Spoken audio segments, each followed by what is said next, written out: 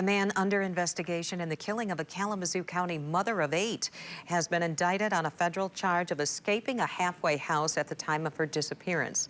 The new indictment is raising questions about what happened to the ankle tether that was supposed to have tracked him the night Heather Kelley went missing.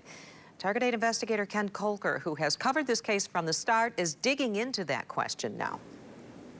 Sue, the suspect was scheduled to be released from federal custody on April 26th, a free man, but the escape charge filed this week means the feds can keep holding him, giving police in Kalamazoo County more time to investigate. We're not naming the 37-year-old man identified in search warrants as a boyfriend of Heather Kelley. The 35-year-old Portage mom disappeared in December.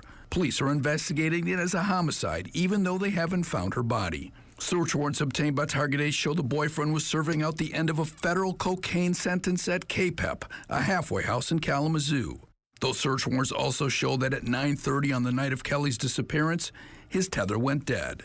A Texas criminal justice activist who served time in prison and on a tether at a halfway house says it's not unusual for tether batteries to die. They need recharging daily. So if it goes dead, then you haven't been charging it. And all it would have taken is a supervising officer or a command center immediately to call the halfway house and say, so-and-so's battery is dead, put eyes on him.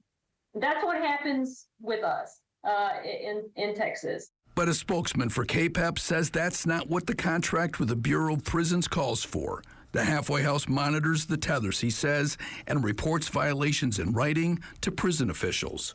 Just because a tether loses its charge, it's not a law enforcement violation. There's no reason to activate law enforcement. And frankly, with how stretched they are right now these days, they wouldn't go after them anyway. The tether went dead, court records show, about the same time that Kelley was calling her kids to say she was meeting her boyfriend in Kalamazoo.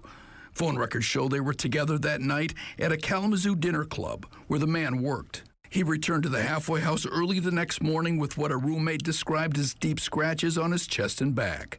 Just before 6 the next morning, the tether was back on. Police say they believe Kelley was killed and her body disposed of during that 8.5-hour window. After her car was discovered with her blood in it, the man fled the halfway house and cut off the tether. He was arrested several days later. A spokesman for the Federal Bureau of Prisons in Washington, D.C., refused to discuss the case. He referred Target 8 to KPEP.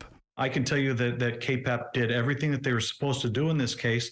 They also, when a tether goes out, will call and follow up to make sure the person is where they are supposed to be at that given time. That is standard practice, and everything was complied with in this case.